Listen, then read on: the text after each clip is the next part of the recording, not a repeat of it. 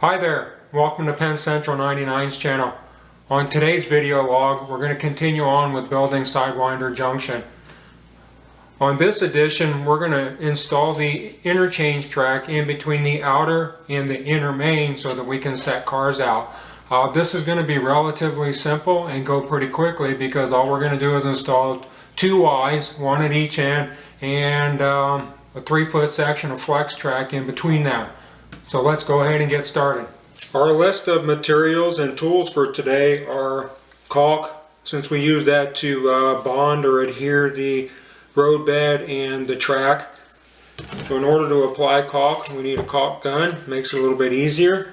To spread that bead of caulk out, you can either use a putty knife, or some people use a thin piece of styrene or old credit card, but I use a putty knife in this situation for spreading my caulk. Probably use your finger if you wanted to, but that's up to you. Some roadbed, the Ys or the turnouts, whatever you plan on using, but in my situation I'm going to be using Ys, either code 83 custom line turnout, product number 560 from Atlas. The same thing with the flex track, it's code 83 and it's from Atlas. Straight edge, one for marking your lines, and two, what I use this to lay down on top of the track with some weights to hold that down until the caulk dries and pretty much bonds it in place. The straight edge comes in handy for a couple of reasons. One, obviously you can make measurements, and two, I use it between my track and my weight so that it doesn't damage the rail heads while the bricks are sitting on top of it. But for starters, according to my track plan, I'm going to have 2-inch centers between the interchange track and the outer main. So as you can see, I've already measured the 2-inch center line and used the straight edge to make a line. That way I know where to put the caulk and to put the roadbed. So what we're going to do is we're going to take our caulk gun and we're going to put a bead down no more than 1/4 inch in diameter, less if you can, somewhere down around an 1/8 to 1/4, and spread that along your center line. Take your putty knife and smooth that out. You don't want a whole lot of excess that's squeezing out all over the place. You want to use just enough to keep the roadbed in place.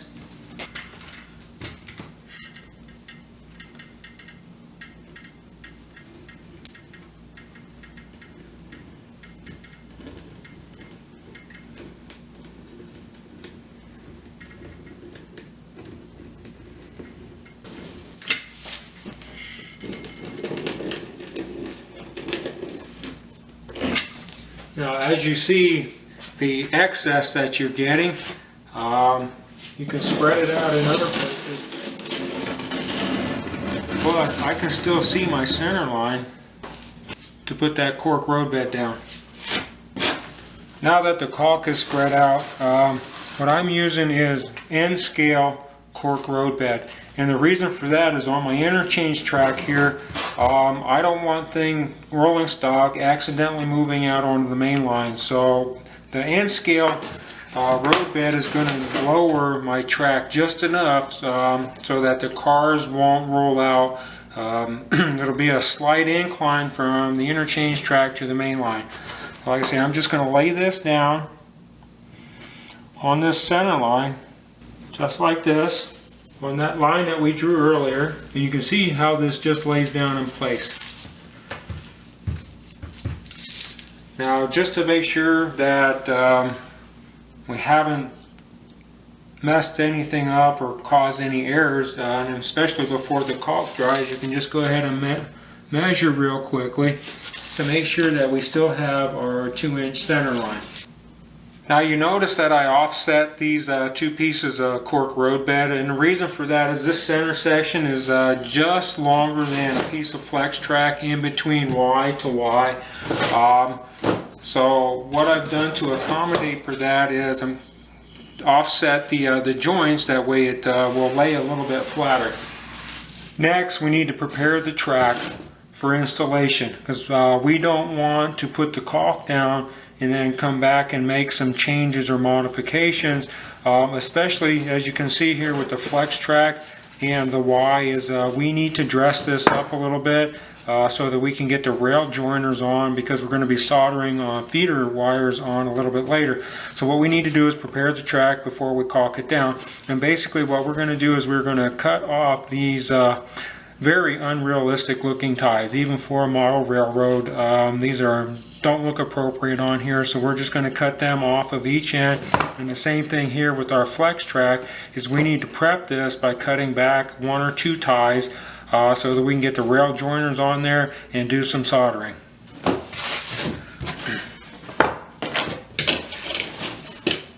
Basically, to prep this, what you can do is I just use a pocket knife. I'm going to use my yardstick here. Since there's already a separation here for the flex track, I might as well just go ahead and use that to my benefit. Make 1 cut.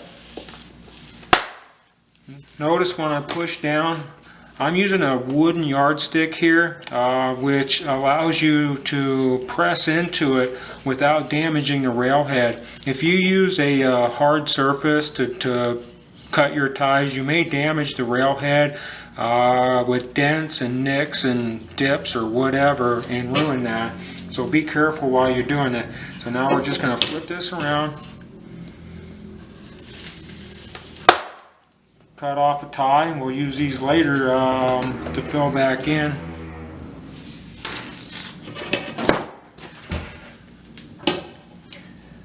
Cut this off.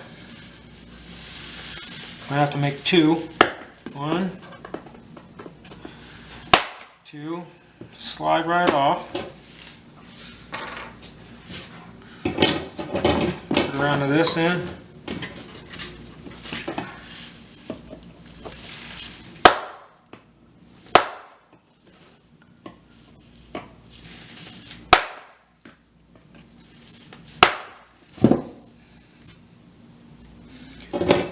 Okay, now we can go ahead and use our rail joiners to put this together. Now this Y and the one at the other end are not going to be caulked down. The reason for that is there's a slight pitch to this, so there's no point in caulking it down. It will be held in place by solder wires and this flex track that's going to be caulked down. So what I can do is I can just slide these into place.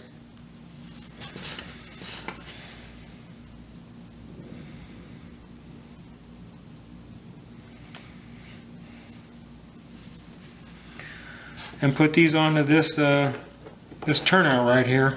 The reason I'm using a pocket knife or something rigid is because since I cut the ties off, there's nothing there to support it when you're pushing the 2 ends together. So basically it's free. It's not floating, but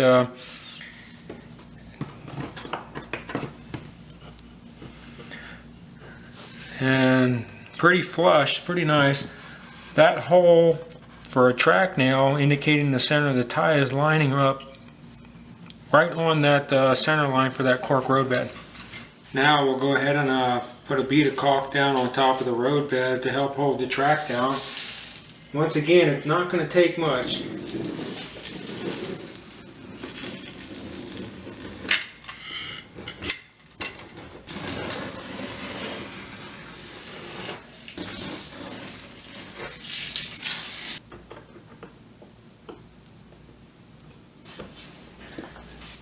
The track is down and in place, but before I put the weights on it, I want to show you the elevation difference in between the interchange track here in the middle and the outer main. And you can see that the interchange track there, by using that N-scale roadbed, lowers it just enough so that help prevent the rolling stock or the cars from moving out onto one of the main lines. So I just wanted to show you that before I put the weights on it and leave it sit overnight before I solder the wires on tomorrow. The caulk is dry and the track is firmly in place, so it's time to energize it, get some electricity going to it. As you look down the track, I've got 5 places that I need to solder feeder wires, or 5 places where there's joints, and I'm going to solder feeder wires because you can never have enough feeder wires. There's 2, what I did is I put masking tape at each location here where there's a joint, and I'm going to be soldering. These two up here you may not be able to see too well, but this is where the Y connects to the turnout. This is where the Y connects to the piece of flex track. This is the flex track to the small section to bring everything together. This is about a 3.5 inch piece of track where this piece of track connects to the Y, where the Y connects to the turnout.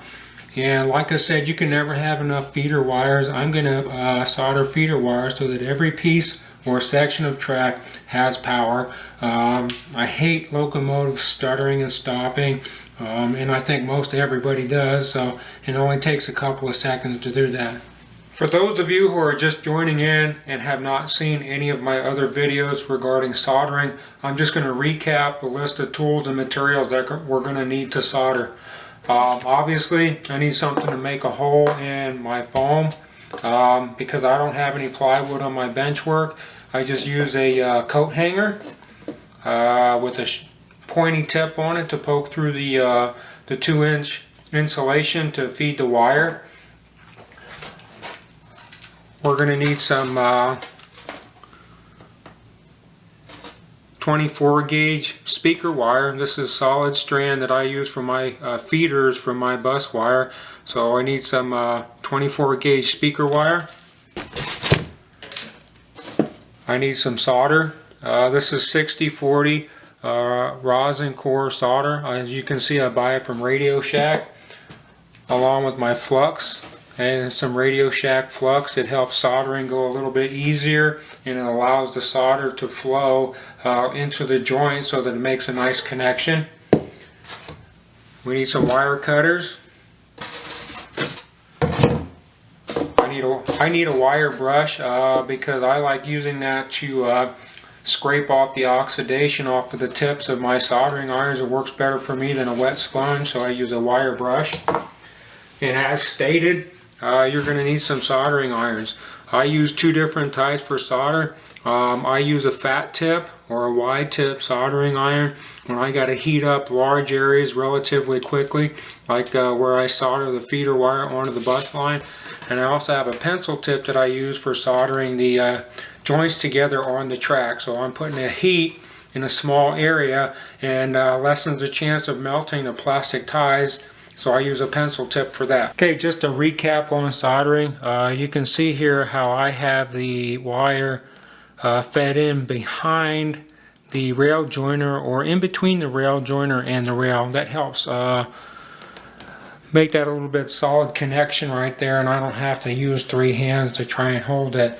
Now what I'm going to do is, I have an old piece of metal. This is actually a weight from one of my old locomotives that I took apart where the motor didn't work anymore, and I'm going to kind of use that a little bit as a heat sink and a leveler, okay, for the joint. Push down on that, nice and even. Okay, I just put a little bit of flux on a toothpick, especially since I'm working in a small area, and I just roll that onto that joint. Spread it out a little bit. Grab my pencil tip soldering iron.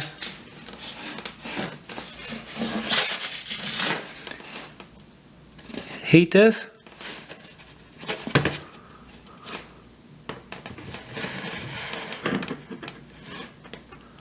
You can see the flux starting to flow into the joint.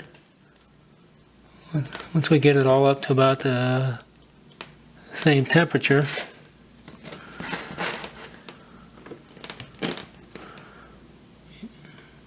see the solder start to flow into the joint there. That's what you're looking for. One other thing, after you get done soldering, you can see that there's a little bit of residue on the rail from the flux and the solder. All it takes is a bright boy, a couple of passes back and forth, take off that residue or oxidation, and you got a nice smooth track. Okay, and a few solder connections underneath for the feeder to the bus, and we'll be ready to go.